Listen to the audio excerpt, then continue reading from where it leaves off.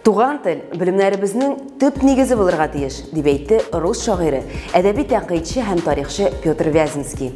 Исәнмесез, сезнең белән билим дөньясы һәм мин тапшыруның алып баручысы Айгөл Имамова. Инде берничә көннән яңа уку елы башлана һәм бүген без мәгариф һәм милли сәясәт өлкәсе алдында торган төп бурычлар турында сөйләшербез. Алдагы минутларда. Яшьләр белән эшләү, патриотик тәрбия һәм яңа дәрес. Традицион август киңәшмәсендә мәгариф өлкәсенең нинди өстенлекләре билгеләнде? Татар телендә тәрбияләү һәм укыту. Татарстанда бу эшнең иң яхшы тәҗрибәләре кайда башкарыла, кайда туган телне өйрәнү өчен мәгариф оешмалары гел дә юк. Укуның беренче көннәре турында истәлекләр. Татарстан президенты мәктәптә ничек укыган?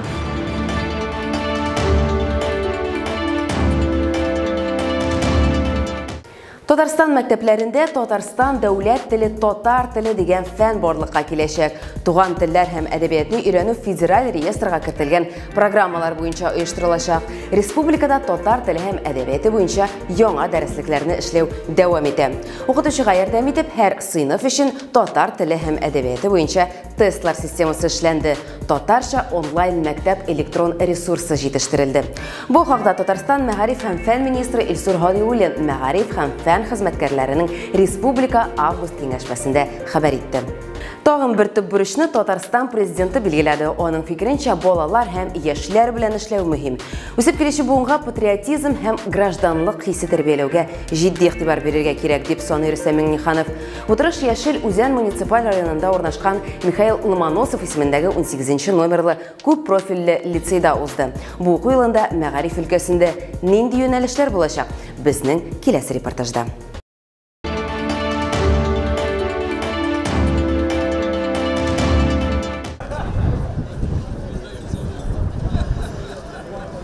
Август киңәшмәсе елдагыча урамда оештырылган күргәзмәдән башланып китте. Монда мәктәпләрдә җитештерелгән продукциялар урын алган. Рөстәм Миңнеханов аларның барысы белән дә җентекләп таныша. Соңра киңәшмә башланганчы Татарстан президенты мәктәпкә җыенырга ярдәм ит традицион акциясендә катнашты. Быел республикада беренче сыйныфка 55 000 бала барачак. Рөстәм Миңнеханов акциядә кушылучыларның һәрберсенә рәхмәт сүзләре җиткерде. Помоги собраться в школу, это вот та акция, которая очень нужна. И я очень рад, что вот в этом году в первый класс в республике пойдут 55 000 детей.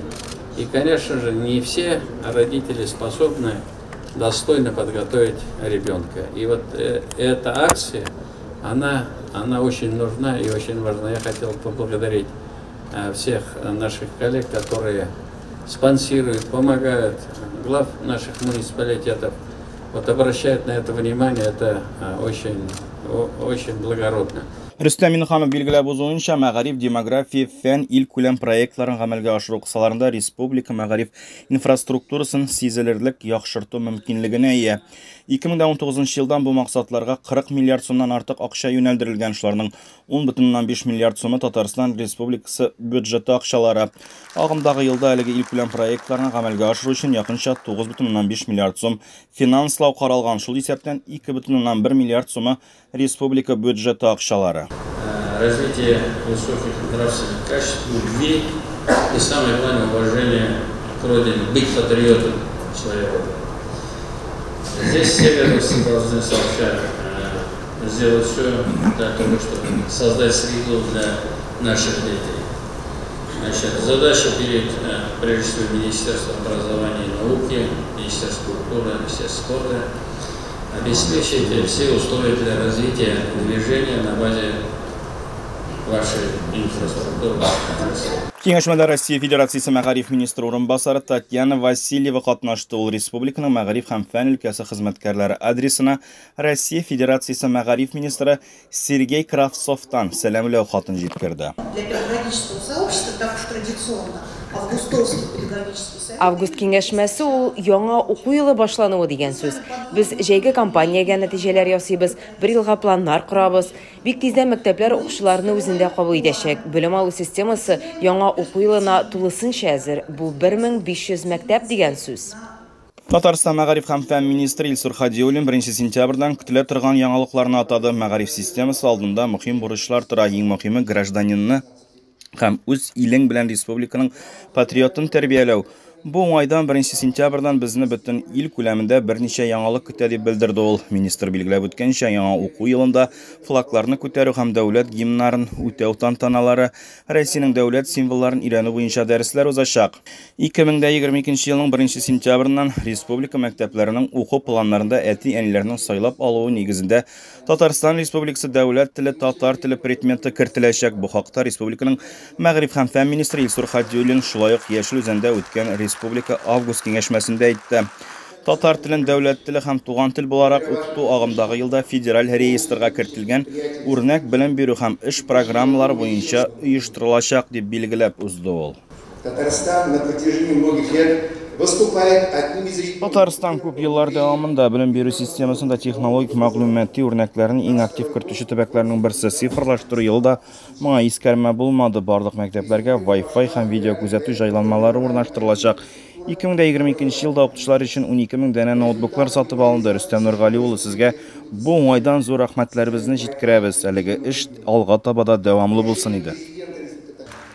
Соңрак Татарстан президенты Рөстәм Миңнеханов мәгариф һәм фән өлкәсе хезмәткәрләренең традицион август киңәшмәсе кысаларында бердәм дәүләт имтиханында 2 фән буенча 100 балл җыйган мәктәп тәмамлаучылар белән Ломоносов исемендәге 18-нче күп юнәлешле лицейында очрашты. Татарстан мәгариф һәм фән министры Илсур Хадиуллин билгеләп үткәнчә, бирдә 2 фәннән бердәм дәүләт имтиханы буенча 100 балл җыйган 14 чыгарылыш сыйныф укучысы җыелган. Бу сезнең әти-әниләрегез, укучыларыгыз, остазларыгыз хезмәте, диде министр. 10 ел дәвамында сез республикабызны Россия дәрәҗәсендә алга этәреп шундый нәтиҗә күрсәттегез дип белдерде ул. Киләчәктә мондый укучылар санын арттыру максаты куела.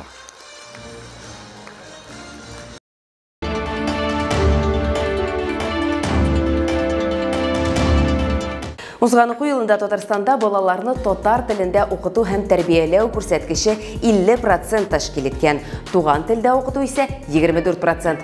Шул ук вакытта мәктәпләрдә татар теле укытучылары туган тел язмышында зур роль уйный. Алардан башка аның киләчәген күз алдына китерү кыен. Республикада яшәүче халыкларның телләрен саклау һәм үстерү буенча комиссия рәисе Мурат Әхмәтов шундый фикер белән уртаклашты. Милли мәгарифнең киләчәге турында Руслан Хөснетдинов.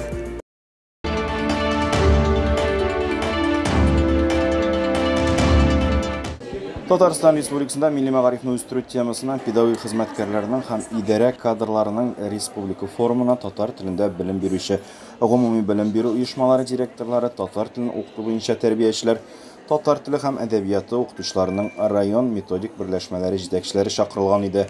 Аларның һәммәсендә иң беренчеләрдән булып Татарстан Дәүләт Советы рәисе урынбасары, Татарстан Республикасы президенты каршындагы татар телен һәм Татарстан Республикасында яшәүче халыклар вәкилләренең туган телләрен саклау, үстерү мәсьәләләре комиссиясе рәисе Мурат Әхмәтов сәламлады. Зур вакыйга, белем дөньясы, тормышка өйрәнү, үзара аралашу, иҗади эзләнү һәм инде менә бигрәк тә татар теле укытучылары бүгенге безнең бу аудитория вәкилләре сездән башка телебез язмышын мин һич күз алдына китерә алмыйм.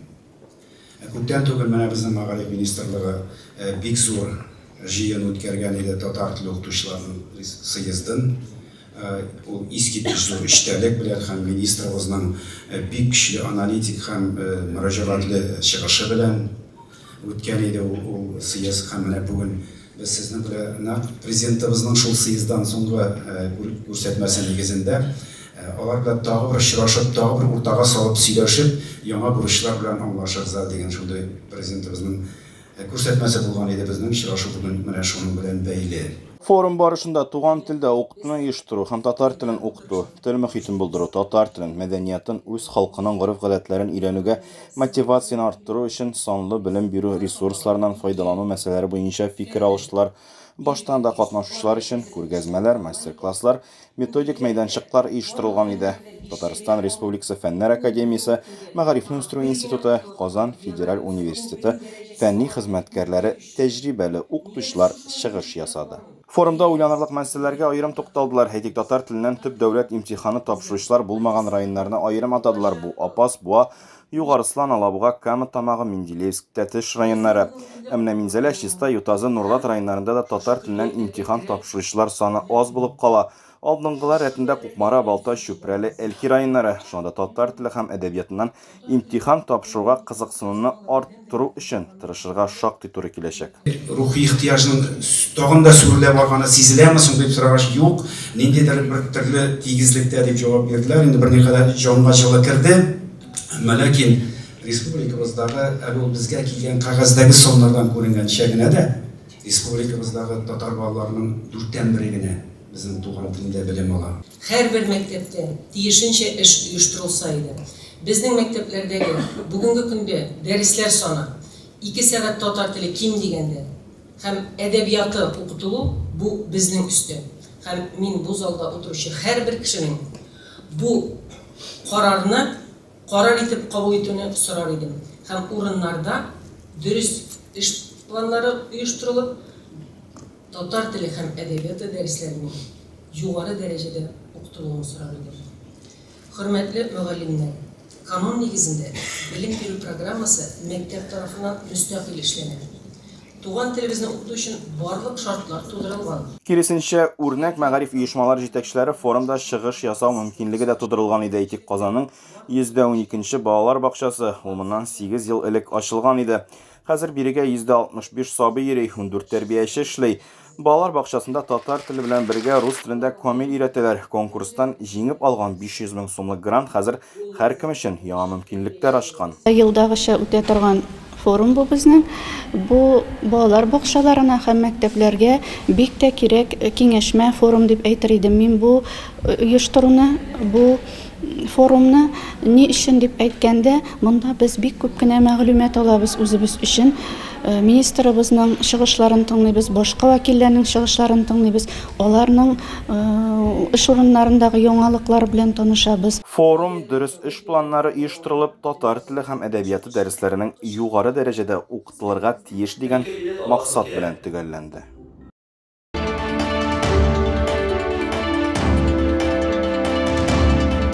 Рөстәм Миңнеханов мәктәптә беренче көннәрен искә төшерде. Бу хакта хезмәттәшем Нияз Рахманның автор сәхифәсеннән белерсез. Аның кызыклы тәнәфес рубрикасында балачак һәм мәгариф дөньясыннан уникаль яңалыклар.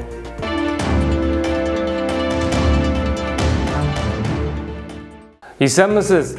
Бу кызыклы тәнәфес сәхифәсе һәм Нияз Рахман. Мәктәпкә барырга санаулы көннәр калып бара. Берәүләр беренче тапкыр букча һәм чәчәк тотып, җыенса икенчеләр өчен бу соңгы уку елы. Кем үзенең ничек беренче сыйныфка барганын хәтерли икән? Миңа калса, бу көнне онытырга мөмкин түгел. Бу мәңгегә хәтергә кереп кала торган вакыйга. Хәтта Татарстан президенты да ул көнне бу атнада исенә төшереп алды.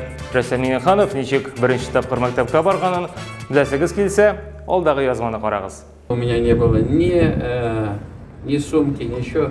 Но у моего старшего брата была сумка старая, ну, она нормальная была. Я вот пошел с этим портфелем. Уку елы белән бергә укытучылар да җиңсезләнеп эшкә тотына. Үз хезмәтеңне тагын да яхшы башкару өчен этәргеч тә юк түгел. Чөнки ил күләм ел укытучысы бәйгесе старт ала. Без исә Татарстан вәкиле Илсур Жиханшин өчен җан атарбыз. Конкурсның финалы 5 октябрьдә Мәскәүдә узачак. Уңышлар, Илсур Рустамович.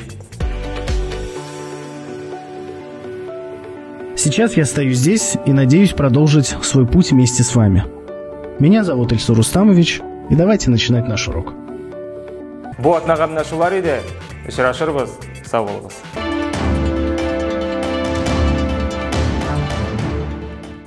Социаль челтәрләрдәге аккаунтларыбызга язылыгыз, кызыклы мәгълүмат белән уртаклашыгыз. Укытучы үз эшенә кайнар гашыйк булган артист, рәссам булырга тиеш дип әйтте рус язучысы табиб Антон Павлович Чехов. Укытучыларыбызга яңа уку елын җиңел һәм кызыклы итеп башлап җибәрергә телибез. Барыгызга да уңышлар. Сау булыгыз.